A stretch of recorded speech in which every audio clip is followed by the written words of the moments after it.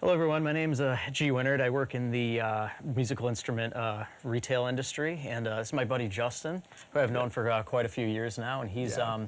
what industry are you involved in? Well, yeah, live events.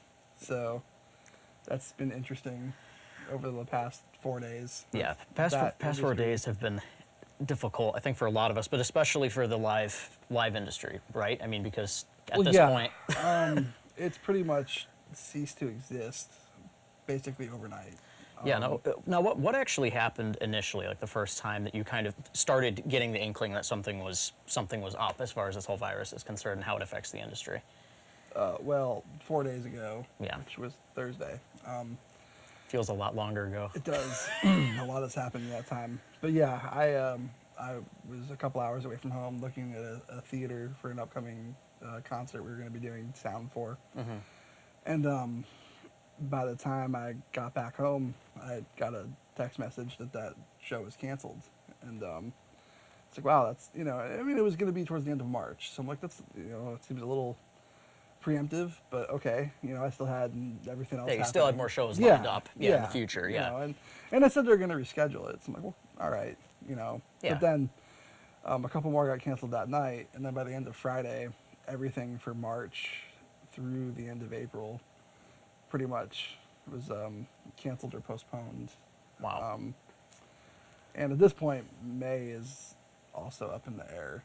And, we're not a huge company. So it's not like for us, losing a gig can sting quite a bit, Though it's been interesting because I've been seeing some larger companies and the massive amounts that they've lost. Yeah, because I was about to say, knowing other Yeah. people in the industry, like what have you seen as far as what are they doing? How are they handling this? Like, how much business have they lost? It's got to be astronomical. Yeah, I know we're fairly small, and so, and I also run a recording studio, so live is only part of it. But on the live side of things, I know in the next month and a half, we're out. Summer's in the range of $6,000 or $8,000 of gross revenue, Wow.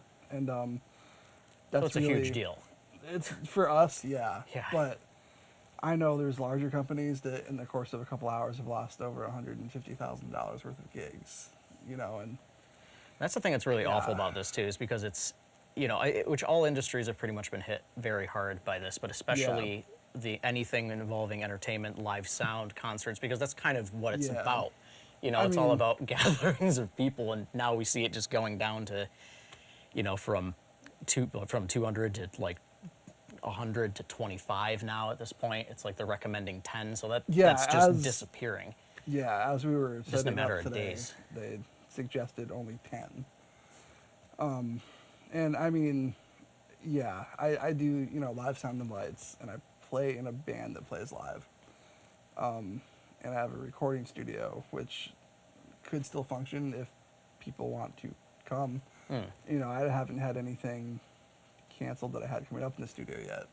But also, summer is kind of the busier live season. Spring, summer, we're just kind of getting right into that. So Yeah. I tend to keep the It's studio kind of stuff hitting a little, right at the beginning of that. Yeah. Yeah. And I mean, another factor is, me and the guys that work with me doing this, we all come from a church background. And that's something where, there's a large number of people generally meeting multiple times a week, Yeah. and And that's got to be difficult for them too. Like, what do you anticipate they're going to do? Like, what's going to happen to church services and anything like that? Like, what recourse do Well- they have? Like, what are they going to do? well, here in Massachusetts, we're only allowed to have gatherings of 25 or less, and they're recommending 10. Yeah. The particular community we come from, there are some churches that are almost that small, True. Yeah. but most Some aren't. churches might be fine. Most are not, and I mean,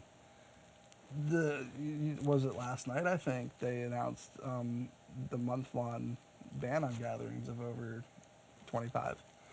Yeah. So So, something that's going to be it's going I to be part of think- daily life for a while. Like, things are going to be different for a little while. I think, things are going to have to be done virtually, as far as church services go.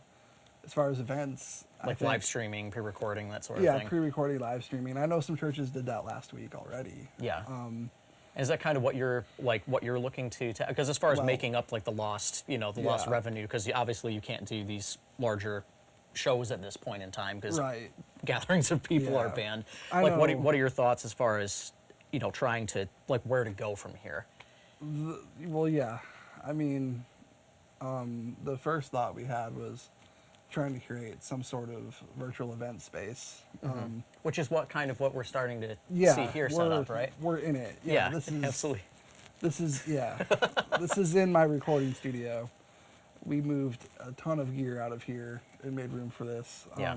Because, well, for one, we This were is something too. You didn't really have a lot of time either, because nobody really No, did. This was just a no. surprise. And- We saw some of this coming. I don't think really anyone anticipated it would be quite this No. far-reaching as far as the effects of it. I mean, well, truthfully, on Friday, I started working on converting this into the space because I could kind of see it coming.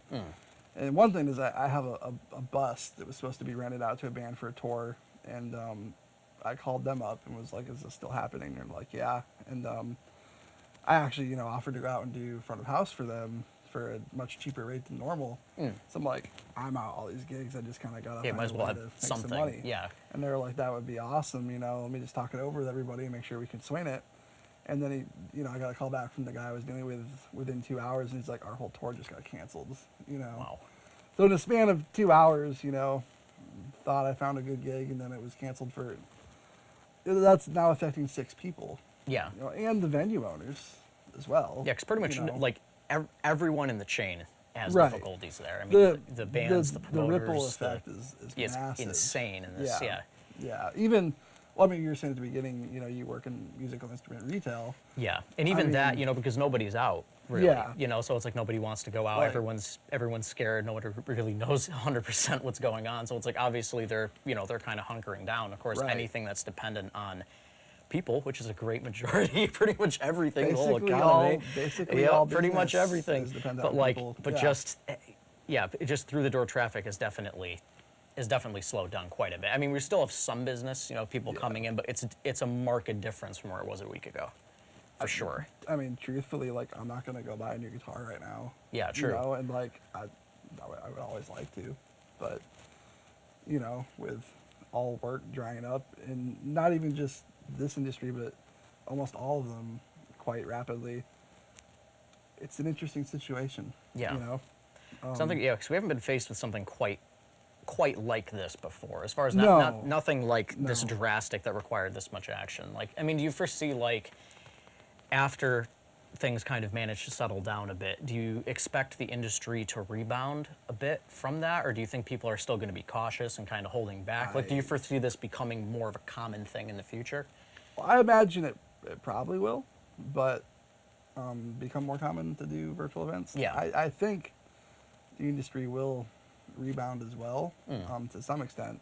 I think partially it depends on how long these sorts of measures are necessary. Yeah. I think if it's a month or two, it might not be so bad, but if this were to go on for 6 months or more, I think it would be impossible for it to fully rebound. Like, there's so many people that will just be out so much money. There's like if you own a venue, there's so much overhead. Like, there's, some that are backed by massive companies like Live Nation, that it might be helpful to bounce back. I'm not even sure because the overhead is so high. People are using such huge amounts of money. But I know. That's the thing, because you're putting a lot of money Like, up front, too, on right, these shows. And it's like, right. if, Yeah. nothing goes completely, if everything doesn't go completely right, it's like it can be difficult to Right. bounce back from even ordinarily. Right. Yeah. And, like mom and pop owned places, like, there's not usually a huge amount of extra just to have for a rainy day. Yeah. I know for us, with no events whatsoever, it's tough because there's no work. Yeah. Which is something a lot of people are facing right now.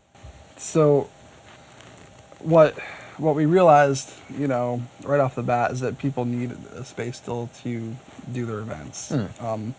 If they can't do them, you know, with an actual crowd, then it would need to be a virtual event.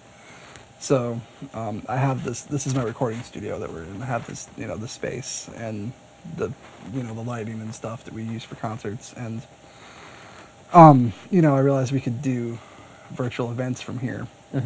And I teamed up with Dylan Levernosh from DGL Production to do the video side of things because I don't do Awesome. that. The man behind the camera. Yes, and he does a lot of live events with me as well already.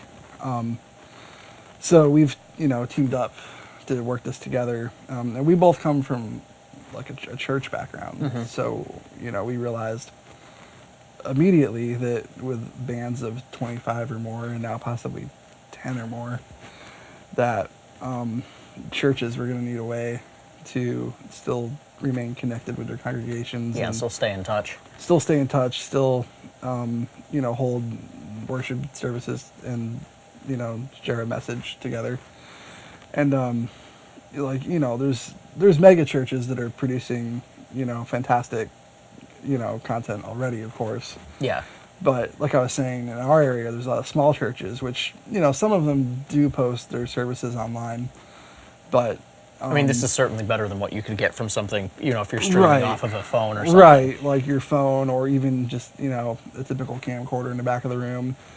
And my feeling is quite often that's enough. But if this is going to last for a month or more, that, you know, I think it would be beneficial to put out something that looks and sounds the best that it can, you know. And not even just churches, but musicians. Yeah, really who anyone need who play wants shows to, yeah. or Anyone who needs to put on a show can comedians. use it, right? Yeah. Right, comedians, conferences, anything. And the fact is, you know, we realized that there was going to be a need, but also we're also in need of work as well to, you know, continue to make a living. So we're hoping that it will be mutually beneficial both for churches and artists and, you know, us as well. Hopefully we can just help each other out in this situation. Yeah, you know. absolutely.